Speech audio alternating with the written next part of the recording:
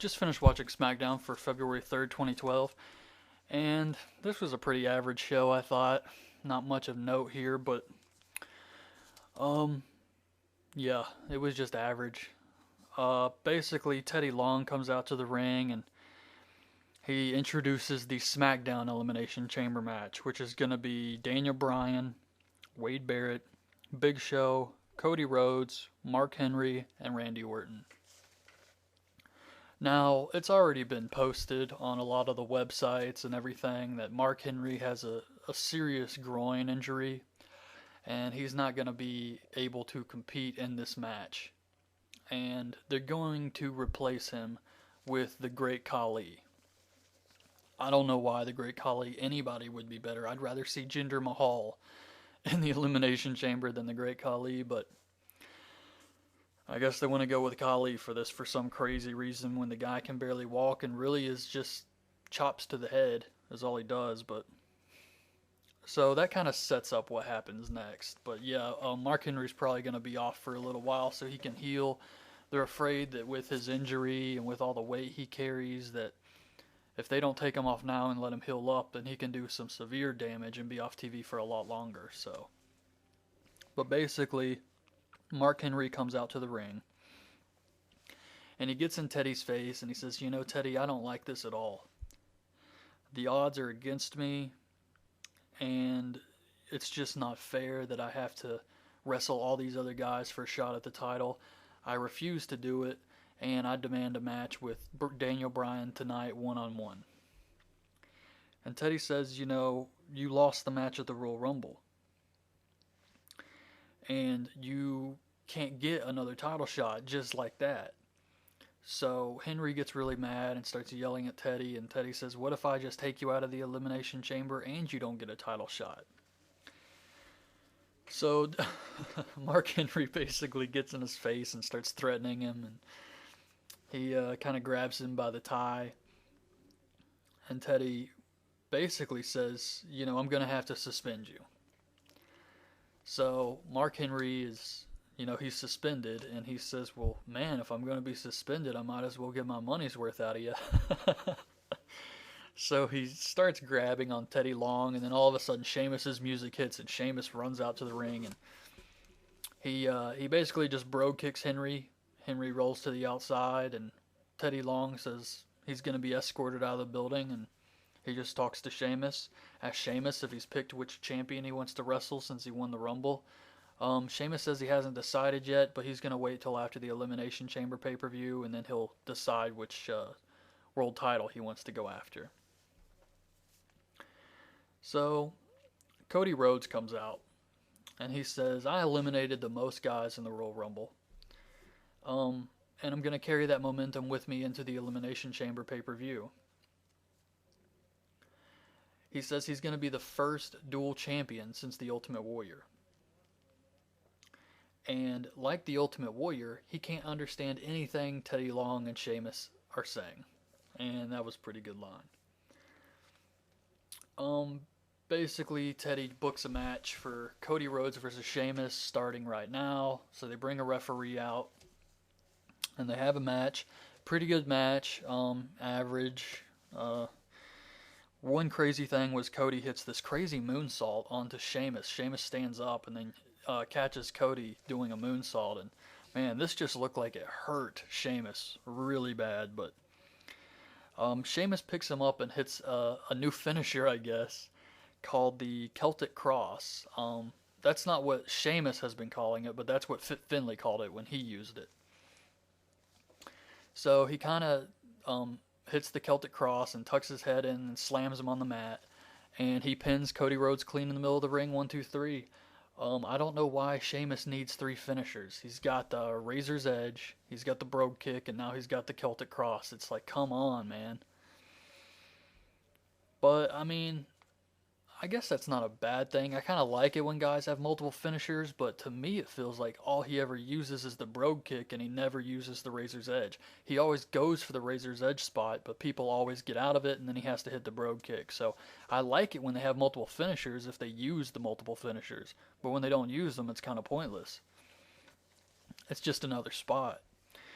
But It was a pretty good match. One thing I was wondering about the Celtic Cross is I was looking the move up because I thought it looked familiar to me, and sure enough, David Otunga used that as a finisher.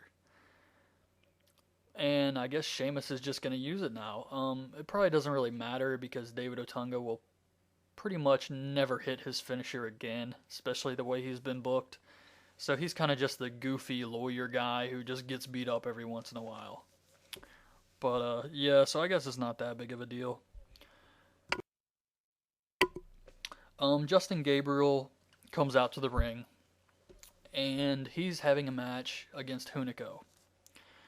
But Cody Rhodes is still at ringside. He's still upset about losing to Sheamus, and he's just standing outside just screaming.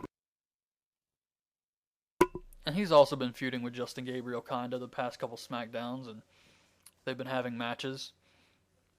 So I guess he's just really frustrated, and Hunico comes to the ring, and he starts, cutting some kind of promo and mentions Ted DiBiase.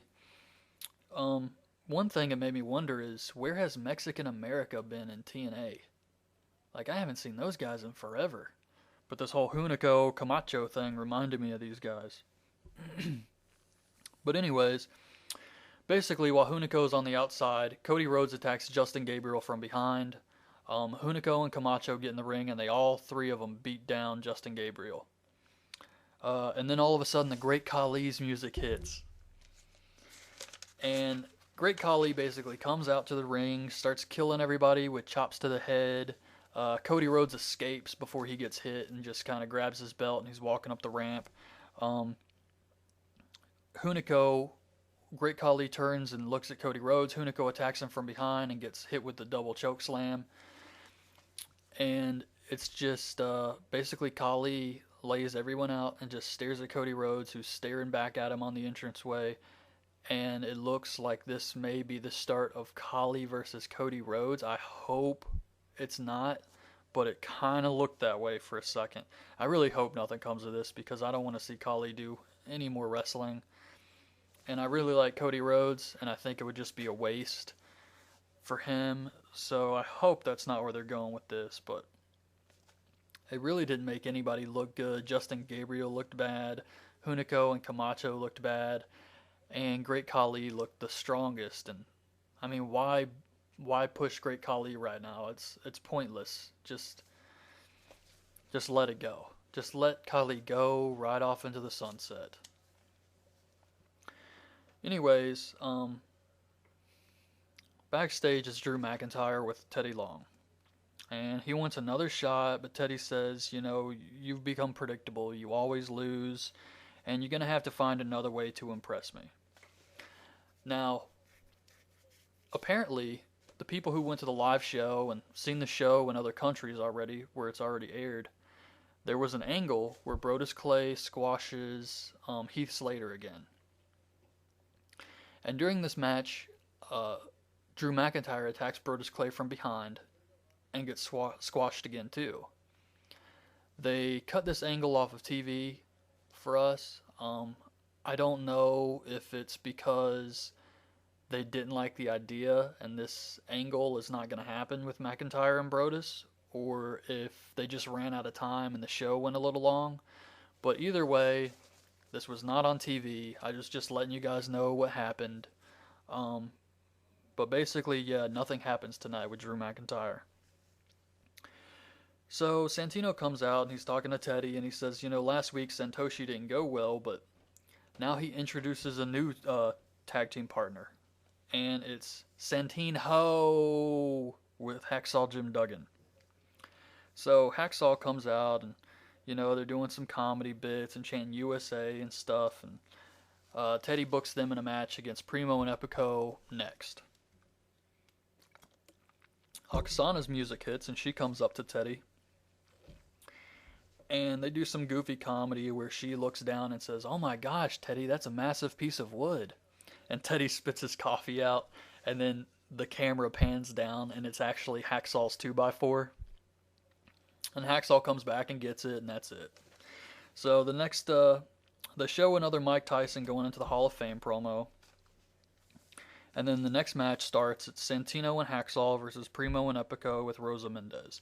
They have a decent match. Santino hits all his good spots. Hacksaw kind of takes a lot of the heat from the heels and gets a beat down. Eventually, Santino's getting ready for the Cobra. Rosa distracts him. He doesn't fall for it. Turns around, gets hit with a backstabber anyway. And Primo and Epico win. Hacksaw Jim Duggan runs in with the 2x4 and the heels clear out. And that's it. So, probably, Hacksaw just doing one last Legends appearance. He probably won't be back for a really long time. So, alright, the next segment is Cola's in the ring and he's talking about Daniel Bryan. Says that's his guest for tonight. He's going to interview. Basically, Daniel Bryan comes out and Cole says, a lot of people thought you wouldn't make it. I thought you wouldn't make it. But you proved something at the Royal Rumble during the Triple Threat cage match. You proved something to everyone and to me. A lot of people said it was luck that you won, but regardless of that, you did win. So, basically just here to say I admit I was wrong. Daniel Bryan says he appreciates it, but it's not about Michael Cole. Everything is not about Michael Cole. This is about me and how he's a great champion and he's a role model. And Daniel Bryan starts saying all the people need to look up to him and he's a vegan and everybody else should follow him and become vegans. And he starts cutting a promo about it, how you shouldn't eat animals and stuff. He basically says he's healthier than anyone in the audience. He's not walking around carrying diseases from eating meat like all the people in the audience.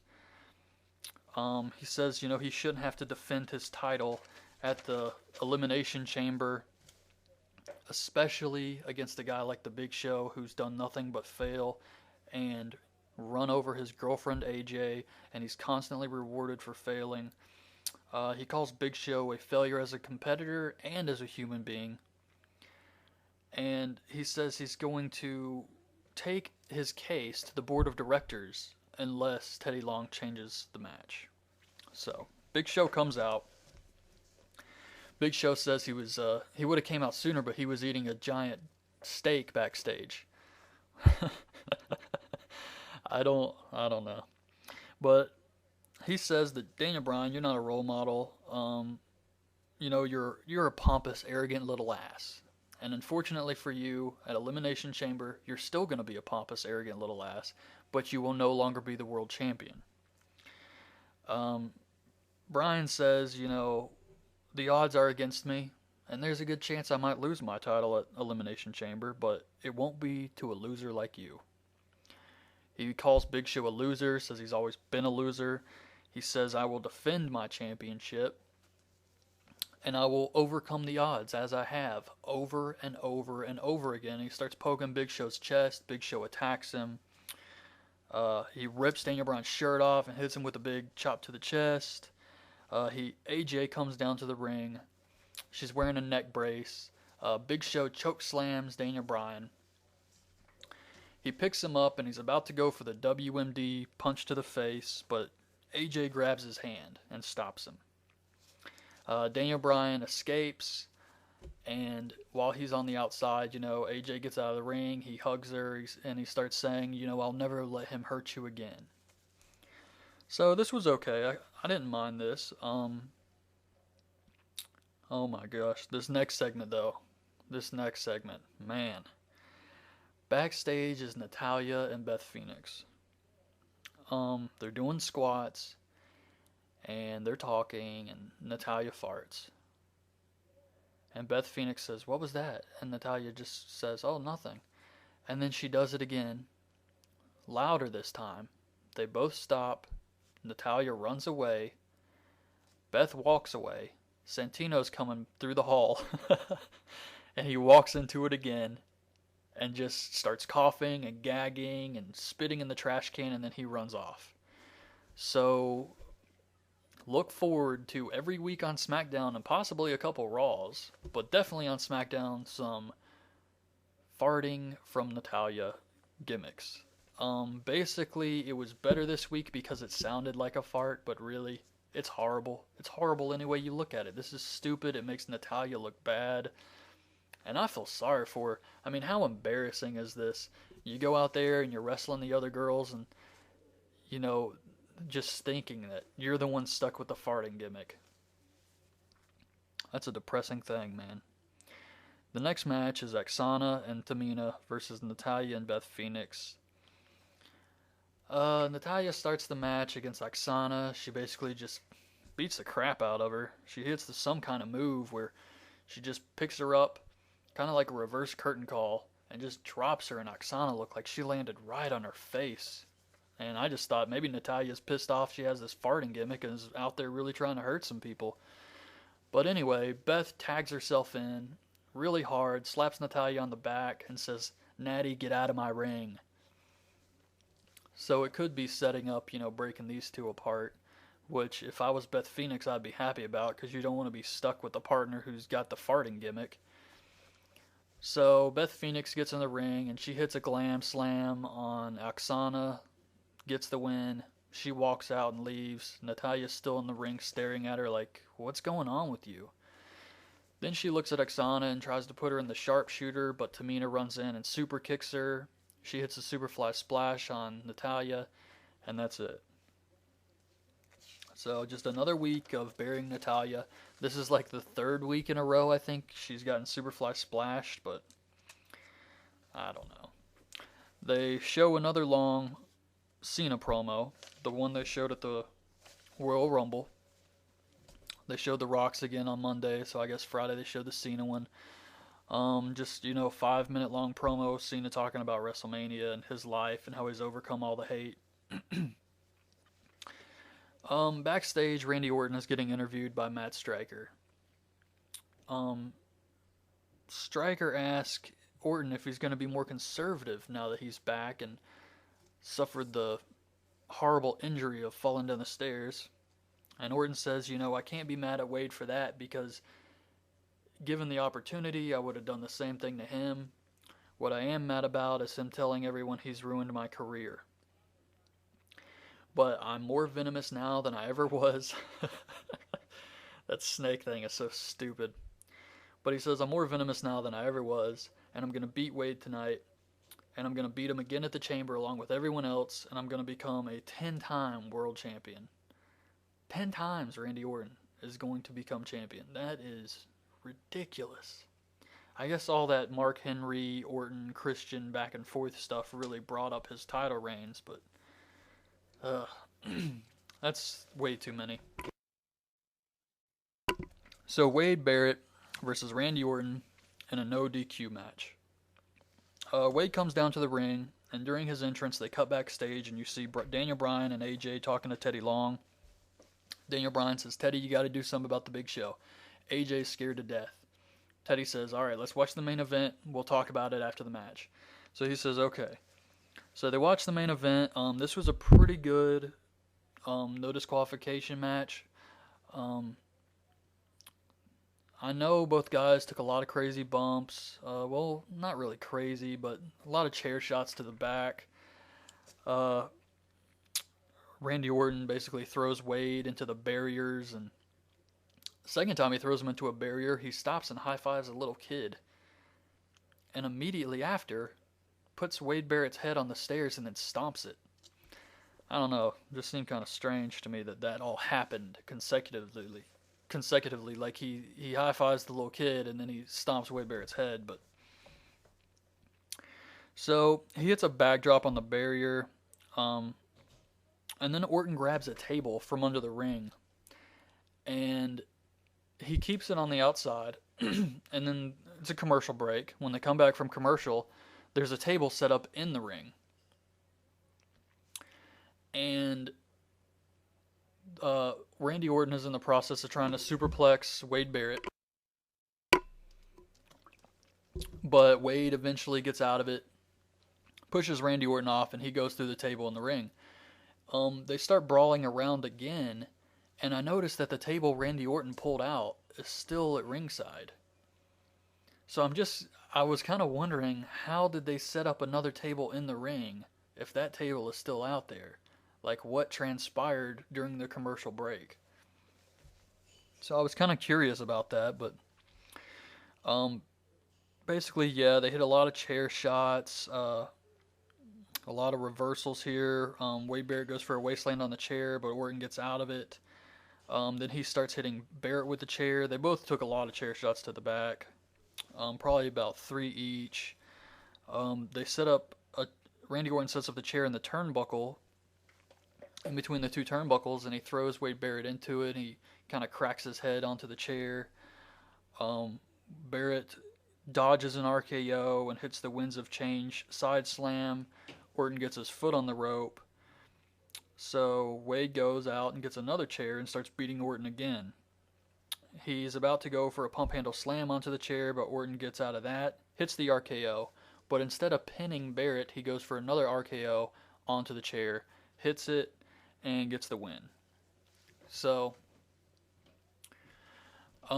Randy Orton beats Wade Barrett. It looks like this could be the end of their feud. But I'm not really sure since they're both in the Elimination Chamber, so can't really be sure right now. This looked like the blow-off to the feud.